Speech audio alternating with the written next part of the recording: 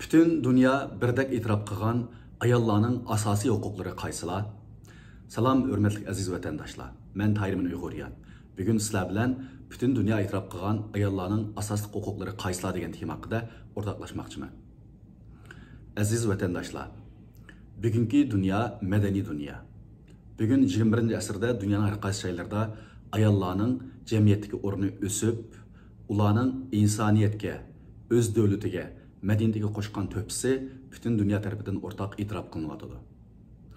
Ular o'zlari, oilasi, xalqi, jamiyati va insoniyat uchun az bo'lmagan to'plarni qo'shib, o'zguchilik, hurmat, layoqat, mehr-muhabbat va hurmatga erishyapti. Ular bilan silishtirganda bizning vatandagi xonim qizlarimiz, onalarimiz, singillarimiz, hamshirimizning o'rni intayin tuvan. Shundaqla ular insoniyatda az ko'riladigan ig'ir kunlarni boshdan kechiryapti. Muhojiratda bo'lsa-mu, biz Uyg'ur xonim hamshirlarimizning, sing'illarimizning duch kelayotgan turli masalalarni anglab turyapmiz. Bu nuqtadan olganda biz muhojiratdagi barliq qarindoshlarimizning Uyg'ur ayollarining boshqa ayollar bilan o'xshash bahrilashish huquqlari qaysilar?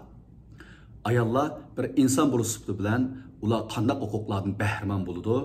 Buni cho'qim bilishimiz kerak va buni bilgandan keyin ularning huquqini qo'g'dishiga yordam qilishimiz kerak. Men bütün dunyoda hozir qadar Birlashgan Davlatlar Tashkiloti va ayollar bilan aloqador tadqiqot organlari qonun ve başka alohida prinsiplar asosida tayyorlangan ayollarning asosiy huquq ayollarning asosiy huquqlari haqida bir qator moddalarni shu xalqaro itiraf qilingan hujjatlar asosida tayyorlab chiqdim. Bu sizlarning foydalanishinglar uchun.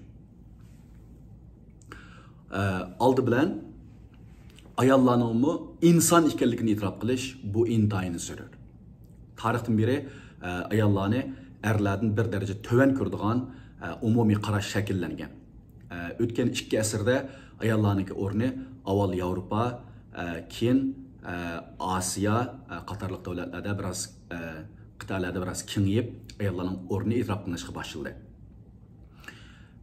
Endi biz davatgan bu tövendeki huquqlar oldi bilan ayollarning boshqa erlarga o'xshash baravar huquqdan bahramand bo'lishga tegishli inson ekanligini itiraf qilish bilan bo'ladi. Agar ularni bu huquqni itiraf qilmaganlik ularni inson qatorida ko'mganlik bilan baravar.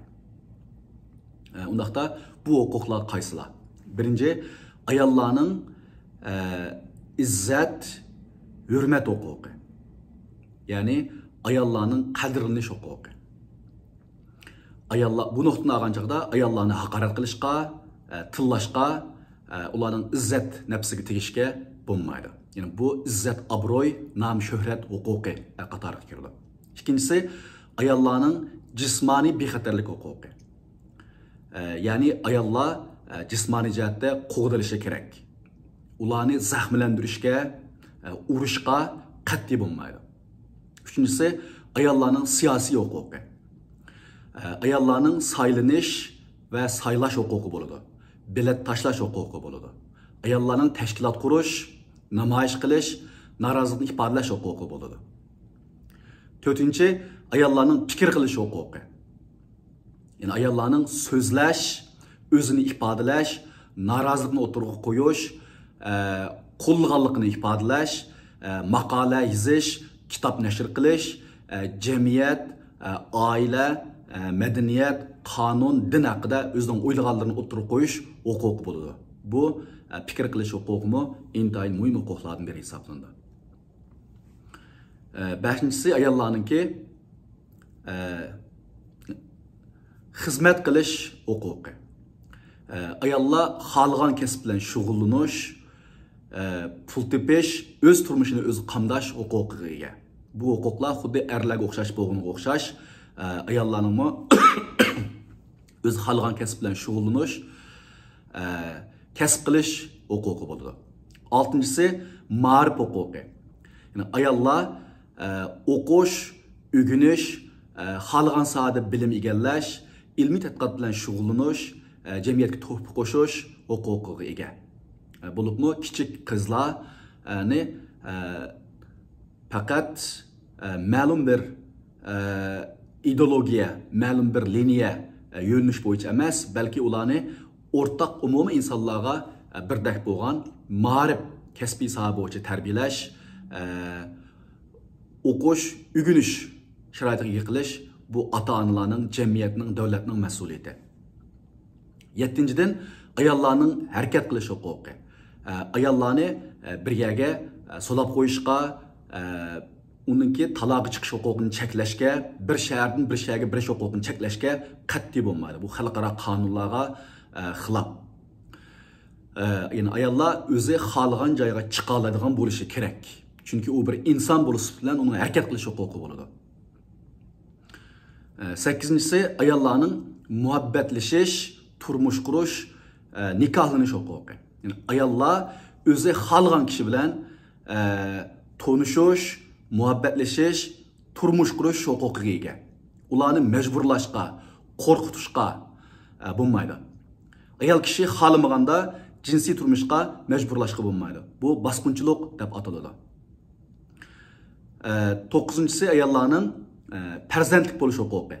O'zi tanlagan, xohlagan kishi bilan farzandlik bo'lishni qaror qilish huquqi. Bu yuqorida o'tirib qo'ygan 9 huquq intayin aqalli, oddiy bir huquq bo'lib, har birisininki sharhlanishi, chitilish doirasi nihoyat kam. Mundaqcha aytgan chaqda ayollar huquqi inson huquqi. Bu butun dunyoda e'tirof qilingan oddiy bir jumla, so'z. Women rights are human rights. Ayollarning huquqi inson huquqi demakdir.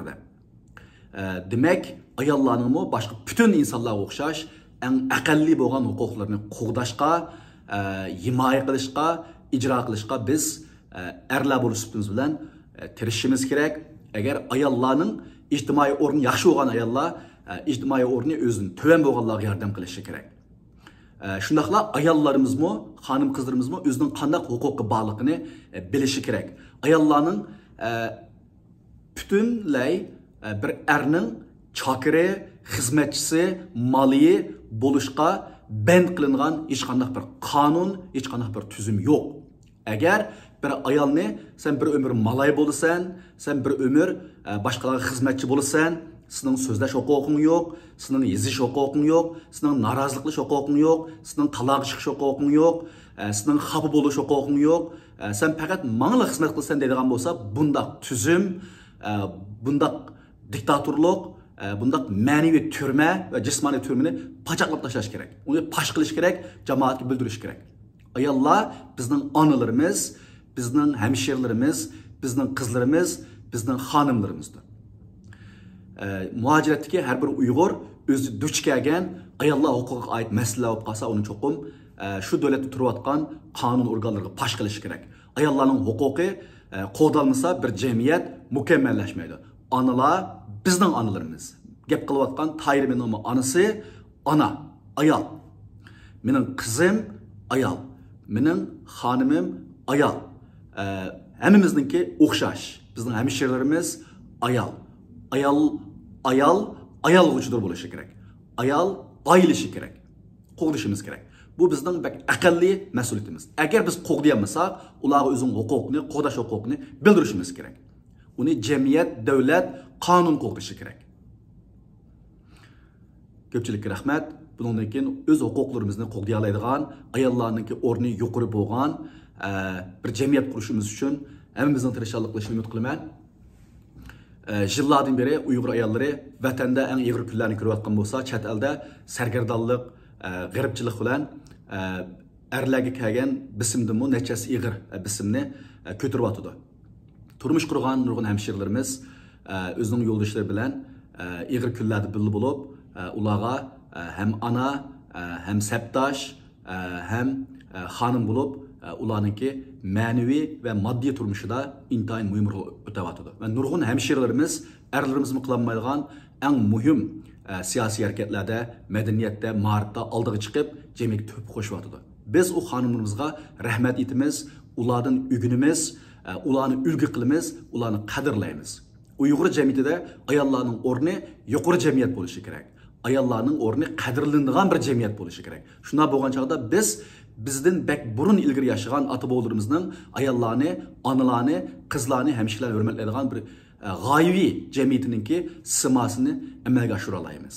Ayollar o'rni tuvan bo'lgan jamiyat, erlarning o'rni tuvan bo'ladi. Agar ayollarni biz xonish qila olsak, ayollar bizni podshoh qiladi. Aziz qarindoshlar, kelaqtimliq suhbatimizni ko'rishaylik. Hammalarga salomatlik, omonlik tilayman.